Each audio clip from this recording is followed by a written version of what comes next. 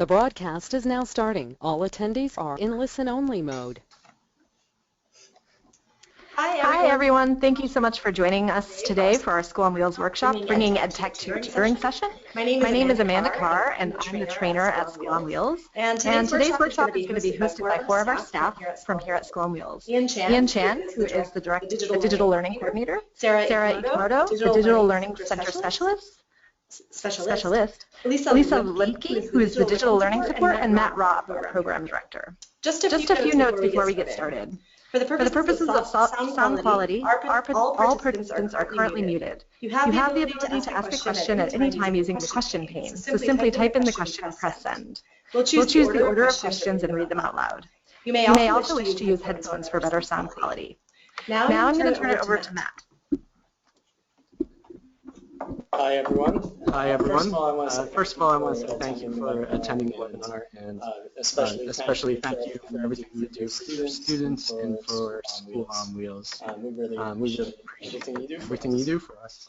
So today we're going to be talking about digital learning. I want to start out just by talking about the importance of digital learning and why we at School on Wheels see this as such an important program for our students. So I'm going to start with an analogy which actually comes from a book called Shifted, Call to Action for Transforming K-12 Education by David Houle and Jeff Cobb. And that's a book from a few years ago. And what they talked about in the book was how our school system came about, the model that we used through the 20th century, and in many cases still to this day, was created during the Industrial Revolution. And it basically created schools that were factory-like, that had students go through it and spit out people at the other end that were basically factory workers.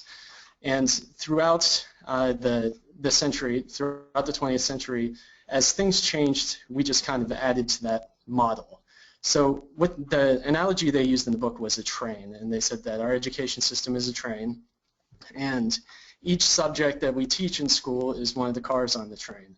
So math, reading, history, biology, what have you, they're just cars on this train.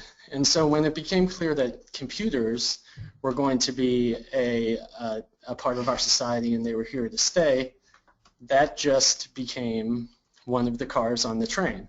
They just added computers as one subject that students learned in school. Well, that model, currently, that model is just not sustainable, because computers, it's not simply one other subject that students should learn a couple times a week in school, because they are so pervasive. They're becoming such a part of our everyday life and a part of our education. So really, computers, technology, they're not just one subject that students learn. They're becoming the medium through which students learn all other subjects. So it's become increasingly important that technology is integrated into our students' everyday lives and into the classroom in more ways than just having a computer class once or twice a week, which sadly in a lot of our schools, our public schools where we see where our students are attending, that's the case. They don't see computers except when they have computer class. Now that's not all schools, obviously, but that's a lot of them, and unfortunately for our students, that's what we see. So just a personal example, this is a picture of my student who I've been with for about 9 years, and he has always been a great student. Since I've known him, he was homeless at first, and then he was in the foster care system, and so he's moved around quite a bit.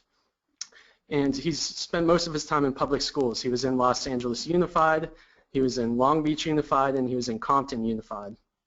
The entire time he was getting straight A's. He was always at the top of his class. He was always a good student, a very sharp kid. Then he moved to a foster home in West Hollywood, and he got into this great charter school that actually modeled the school after what they were predicting the students would see in the real world after they graduated. So almost everything they did was online using computers. And for the first time, my student was struggling because he had never had that before. He didn't know simple things like using word processing tools cutting and pasting paragraphs in Word or Google Docs. At his new school, he had to upload things to the internet. He had to check online for his assignments, for his grades. So at that school, he was there for a year and he was getting C's and D's. And it wasn't because the actual content was more difficult. It's just that the technology that he had to use, he was not familiar with. He moved again and went back into the public school system, and he's again getting straight A's, which, you know, is kind of bittersweet because it's good he's getting straight A's, but it's a sad statement on our education system that it's that much easier in some of the public schools than in these better charter schools. But this is concerning because 96% of working Americans use communication technologies on a daily basis, and that's at work or outside of work. And it's predicted that in 2020, 90% of all jobs in the U.S. will require digital skills.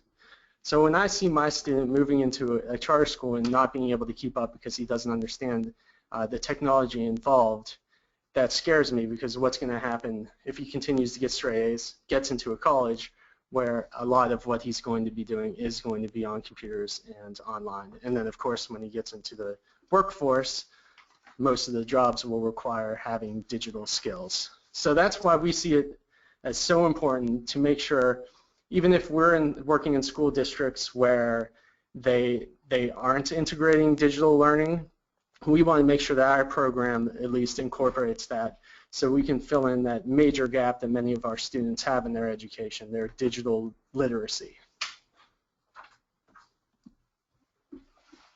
So we'd just like to involve you a bit and give you a poll question. Do you want to explain? All right. So the question is, according to McGraw-Hill Education, what percentage of college students in 2015 use mobile devices to study? Is it 43%, 65%, 81%, or 99%? So please go ahead and choose which answer you think is correct.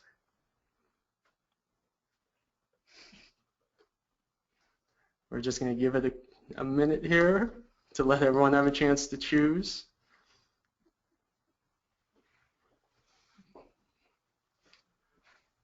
Okay. So here are the results, I believe. There they are.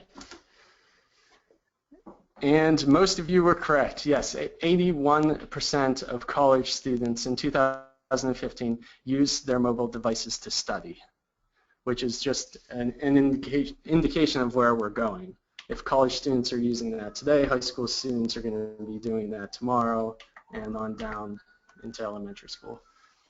So a few other statistics. As we said, 81% of students use their mobile devices to study. That's up from 40% in 2013.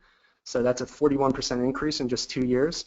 77% of students say adaptive technology has helped them improve their grades. And we're going to talk a little bit more later about what adaptive technology means and how we're using that.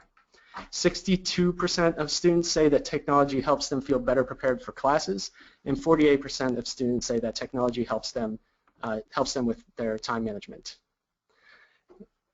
And so we're just showing these to you to say that, you know, these are statistics that often our students aren't up to the same level because they just don't have access to the same technology that most other students do, and these percentages are only going to increase in the coming years. So as an organization, this is what we offer at School on Wheels. First of all, we offer apps and websites that we refer you to, and these apps and websites are used primarily to target specific skill areas. And they're also the easiest for you, the tutor, to use because you can just go and use them on your own. You can seek out apps and you can seek out educational websites to use during your tutoring sessions or before to prepare for your sessions.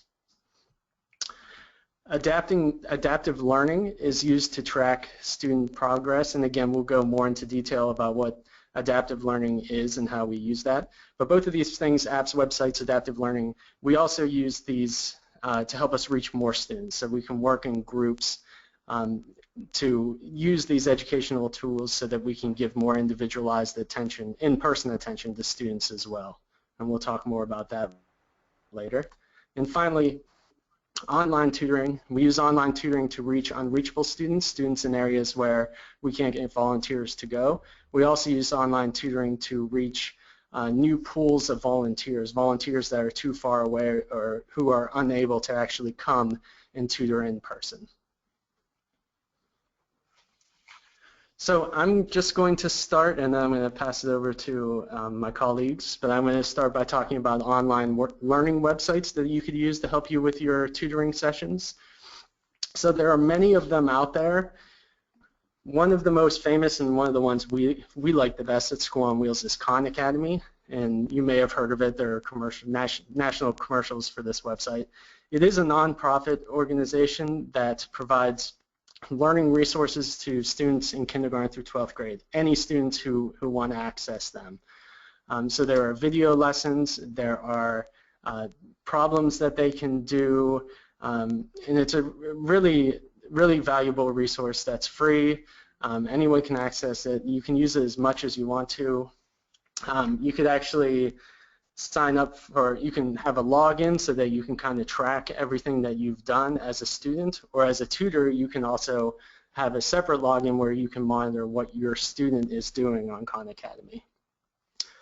And so this here is a picture of one of the lessons. It's basically a video of a blackboard that walks you through how to do specific things. And so again, that's Khan Academy, free nonprofit organization, so we recommend you checking that out. You can also use it for yourself. If you're going into a tutoring session and you know you have to teach your student about pre-calculus or algebra, you can watch videos yourself to brush up on those concepts so you know what you're going to be working on with your student. So besides Khan Academy, there are others out there. These are a couple, Power My Learning and CK12 are two other nonprofits that have similar resources. There are also for-profit organizations out there. So we just wanted to bring this to your attention and let you know that these resources are out there. You can access any of the ones we showed you here, or you can search for your own. And these days there are more and more resources like this popping up all the time. So yeah, do a search on your own or check out Khan Academy, Power My Learning, or CK12. And so, okay. Amanda? Who are we hearing from next? Elisa's going to come and talk about apps now. Lisa? Hi, I'm going to talk about apps, but first I'd like to do a little poll, and we're going to activate it.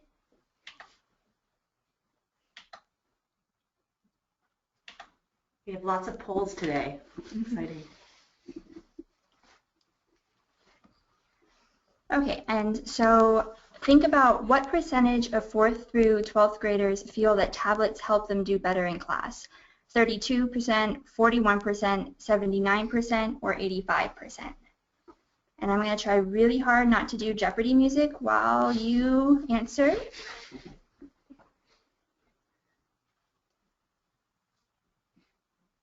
Just waiting a couple more seconds. You're not going to be graded, so don't worry. If you get it wrong, you can answer quickly.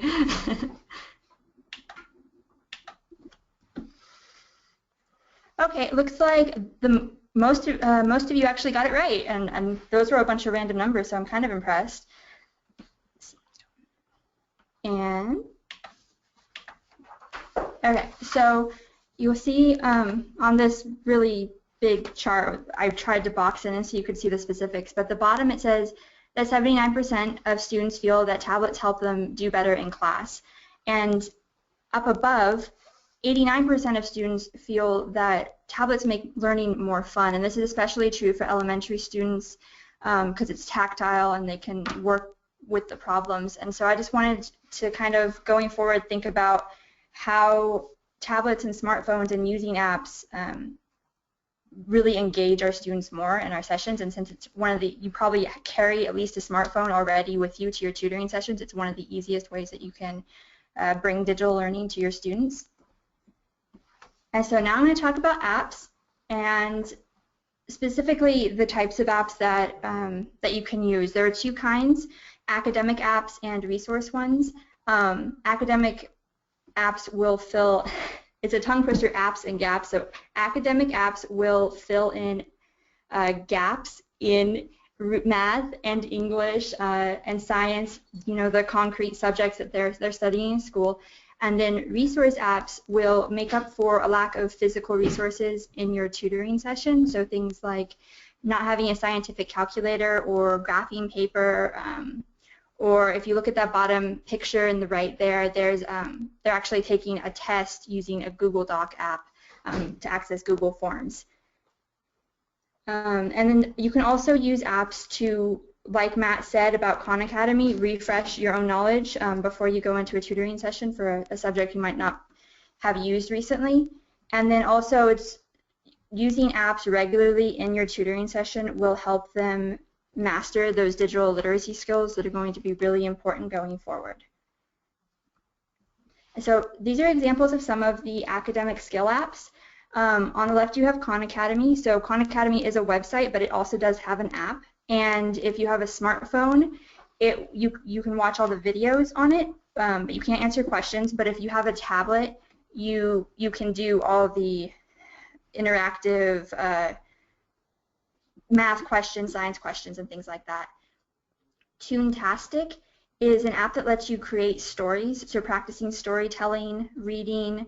You can also use it with other subjects, so like history or science. In the picture you have a dinosaur and a time traveler, so you can really kind of integrate it with other subjects and have a conversation about the subject, but also practice reading. And on the right you have an app called Classify It, and it teaches how to classify animals, and it's more than just that page. It's a really big database, and it keeps a score so you can practice that. Some examples of resource apps are, there's Desmos Graphing Calculator. That's a scientific calculator. It's not just graphing, it has all the functions. And you can also use a geometry pad, which makes up for graphing paper. There are also a lot of apps out there that you can use to make flashcards with instead of having to bring index cards with you to your tutoring session. And then another one that you could use to practice things that you might usually put on flashcards like vocabulary lists would be Mad Libs. And it works just like the regular paper version of it, but it's on your app, so you can just bring it in and even play it on a study break or something like that. And these are some resources so that you can go find apps on your own. On the School on Wheels website, we have 2 lists of math and reading, English language arts apps already up, and we're going to be adding more: science, art, music, growth mindset, all the subjects. And then in the meantime, you can also go to graphite.org/reviews and pull up pretty much any app that you could imagine, and there's even a filter that you can select that will let you choose free apps and apps that work offline for any grade. So those are the resources that you can use for apps, and I'm going to pass you over to Sarah now. Hi. So now I have another poll question for you guys. This is obviously, I'm going to be talking about adaptive learning, so I just wanted to check to see if you know what exactly adaptive learning is. There are a lot of tech terms that are out there and learning terms, and so I just wanted to see if you thought if adaptive learning is A, a student changing from their regular uniform into PE clothes, B, is adaptive learning about learning how to change, or C, is adaptive learning learning programs that adjust to the student's level. Okay, I think everybody submit their answers, and wow, everybody got the answer correct. Great job. Adaptive learning is about using computers and so what is adaptive learning? Adaptive learning is using computers and technological devices as interactive teaching tools that can adapt to the needs of each unique student learner. So what does that really mean? As you know, each of our students are unique and individual. Everybody has different learning styles, different speeds, and all of our students are at different levels. I'm sure if you've worked with your students, they might be in 4th grade, but they might be reading at a 2nd grade level, and maybe they're doing math at a 5th grade level. So they're all different and unique. And adaptive learning provides us with the opportunity to give our students individualized instruction. And so through the technology, we are able to provide our students with kind of a map. Once we give them a question, we'll see what the student's answer is. Maybe they'll get a hint. We'll analyze the mouse click. It'll generate data. And with that data, they'll give them another question that may be more difficult, depending on whether or not the student understood the concept. And if they didn't, the program will give the student a question that will help teach them that concept. And the adaptive learning, what's great about it, it is constantly changing as the student is learning, and it integrates everything from what the student learns on the computer, in the classroom, and what they learn from you, our tutors. So at School on Wheels, the way we integrate this into our tutoring model is by putting the students on the adaptive learning programs and then having you, our tutors, tutor either offline or even with the program and sitting with the students, talking to them about the questions and checking to make sure that they have mastered each skill. So currently, the adaptive learning program that we're using is called iStation. It's an internet-based program that uses Common Core standards to focus on reading and math abilities. It's available for K through 12 students, so pretty much all of our students at School on Wheels are able to use it, and it provides instruction within the program along with assessments.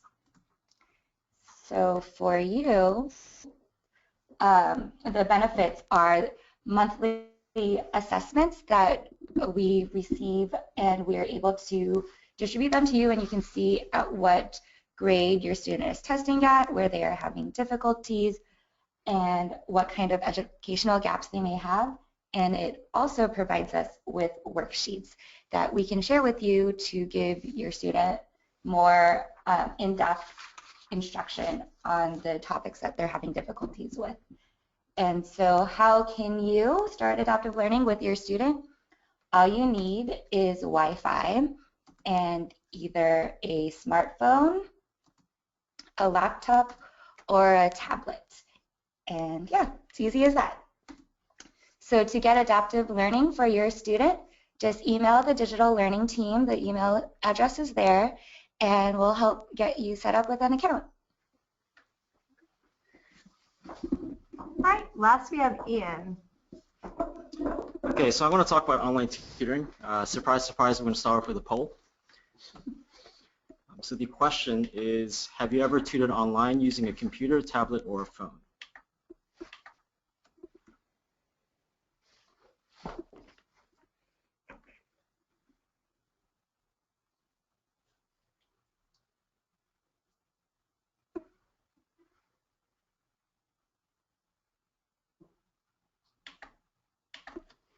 Okay, so it looks like most people haven't. 64% said no.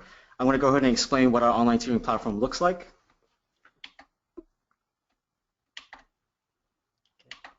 So this is kind of what the online tutoring platform will look like. There's a shared whiteboard. You can collaborate with your students. You can write at the same time.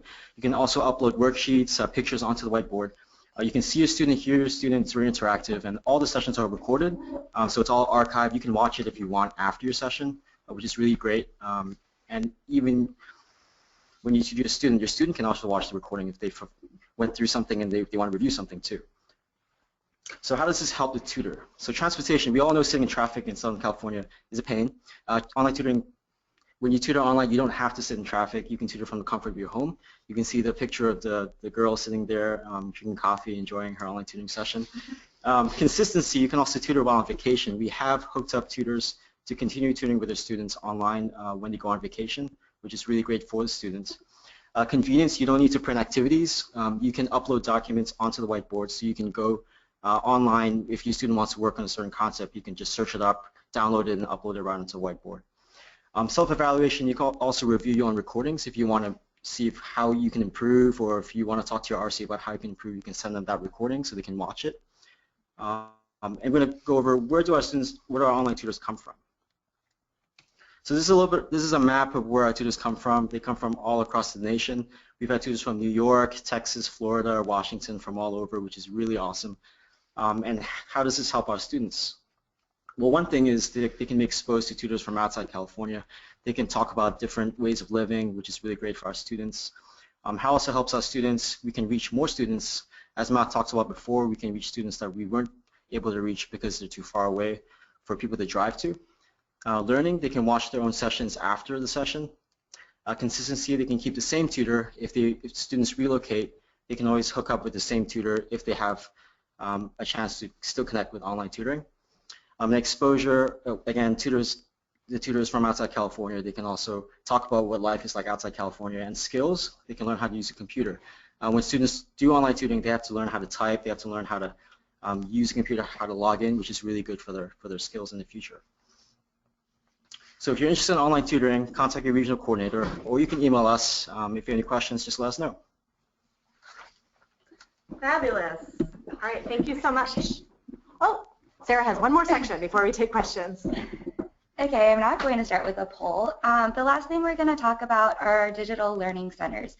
They're actual school on wheels learning spaces. They're physical spaces where we bring in computers, laptops, but we also have school supplies and different education resources. They're also great because they're a group tutoring environment, and so we're able to reach a lot more students than just the one-on-ones. DLCs, digital learning centers, are also great because we are able to provide homework help. So as I mentioned with the adaptive learning, some students can be working on the computers, and other students who have homework or need assistance can be helped by you guys, the tutors, as well.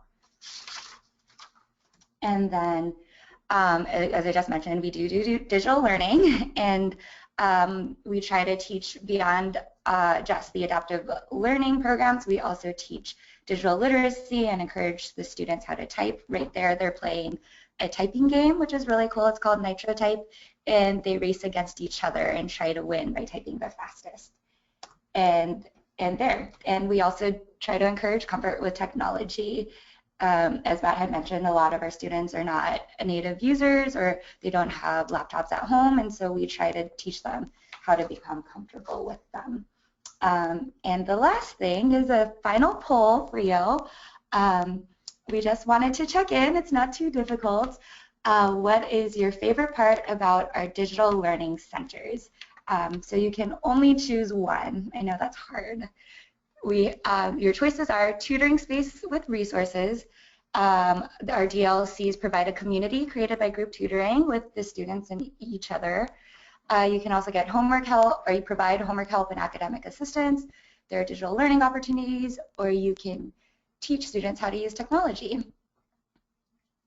So it looks like you guys are almost done. Maybe not. This is the most popular one.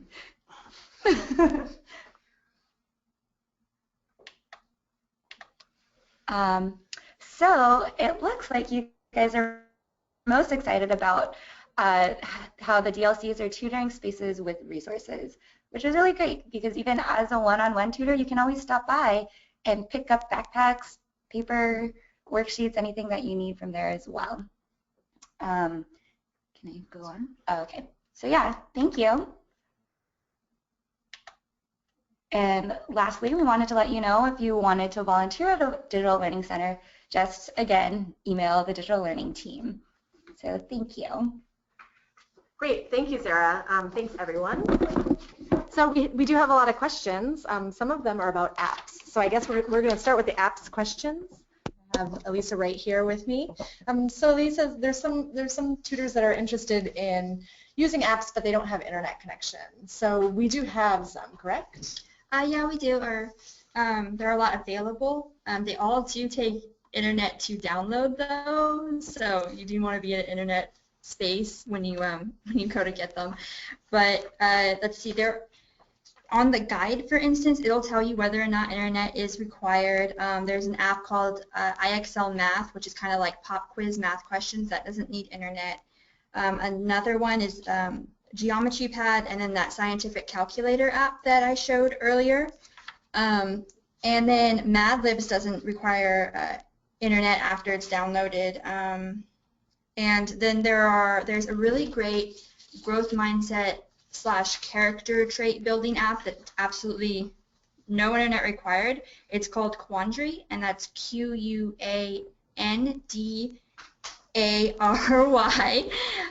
It's for 5th to 8th graders, and what's really great about it is that in addition to not requiring internet to use as an app, if you go to their website, they also have lesson plans that help teach leadership and ethics. So those are some examples of offline apps. Great, thank you. And also regarding apps, are there any apps that are free? All the apps that I have talked about or that are in the guide, they're all free, or at least mostly free. They'll have like some content that's free, and if you go to the graphite.org/review site, you can click the filter that says free. Well, how about that? That's great. Okay, so yeah, a couple other people had asked questions that were sort of related to apps as well, a little bit more specific. So one tutor wants to know, and maybe you can't answer this right off, but we can always follow up with the tutor, but are there any apps focused exclusively on reading and phonics? There are, what grade? Does it say what grade? It doesn't. Okay. Kathy, are you with us and you want to tell us what grade you're looking for? I don't know if Kathy's with us, but we can follow up. Okay. But some of them, if you definitely pull up the guide at schoolanwheels.org/apps, it does have 6 apps that address English and reading and those kinds of topics. But you can also go to Graphite and look up some, or I'll follow up for more specific apps.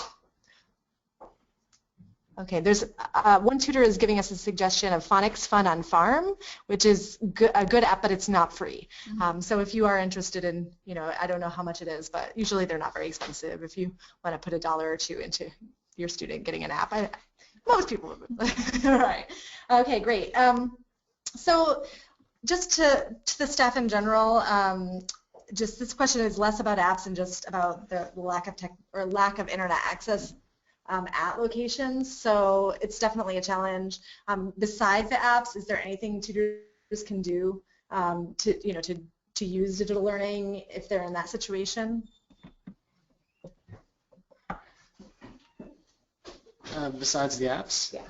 I mean, if tutors are comfortable using their own data, there's still a lot of things you could do just on your smartphone. Again, to just pull a personal example, when I work with my student and we're working on specific things, for instance, we were talking about Hurricane Katrina, he was reading a book about it, I was able to just pull up my YouTube app on my phone and we were watching news clips from the aftermath of the hurricane, which was really enriching to what he was reading because it was showing that what he was reading actually really happened. So things like that, programs like iStation will be available on phones in the near future, and you can use that data to access that. So again, it just depends on if the tutors are willing to use their data. The other option is to talk to your regional coordinator and see if you can have a tutoring session somewhere that has internet access. All libraries have free internet, so if there's a library nearby the shelter where you tutor or the school or wherever you tutor, you may be able to go there as well. Those are great suggestions. I just had a thought about maybe bringing your laptop, even if you can't get internet access, you can still use Microsoft Word, still teach your student about how to navigate a computer, how to cut and paste, do all those things that your student was having difficulty with, if of course, if you don't mind bringing your laptop to your tutoring location. That's a great idea. So, thank you. I don't even work on the digital learning. So okay. You will now. All right, we do have another question about tutoring online on an iPad. Is that possible? On a tab or a tablet? It's not possible. You have to use Flash to use the online tutoring platform. So on the iPad you can't use online tutoring platform, but you can use it on other tablets. Okay, great. And any tools for geometry specifically? Okay. Do you have one? Sure. Well, I think through the adaptive learning, we can see what specific geometry holes and gaps that the student may have, and then through that we'll be able to assess what exactly the student may need, be it you know, shapes or area, finding the volume of things. It really depends on the student, and as Elisa had mentioned, there are a bunch of apps and tools and websites that we can use.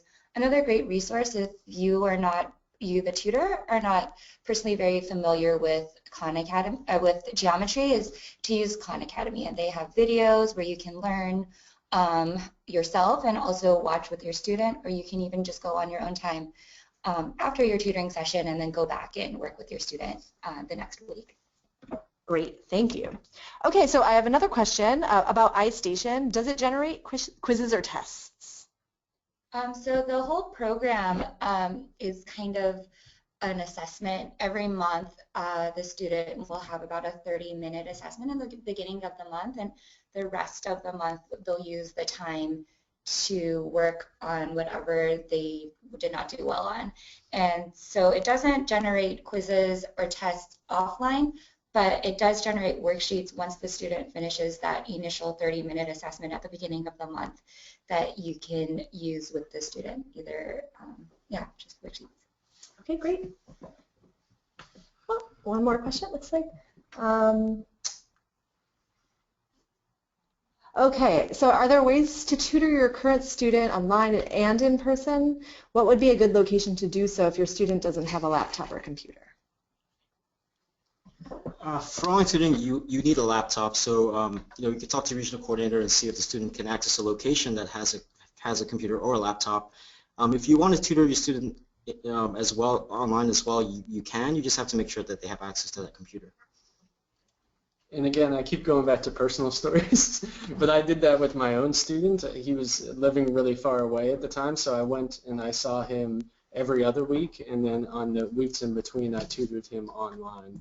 But I had to make sure I actually gave him a used laptop that I had, so I had to make sure he had the technology necessary in order to do that. But I think it's a great idea if the technology is there for you to do it. All right, it looks like a big long question just came in, so give me a second to read it.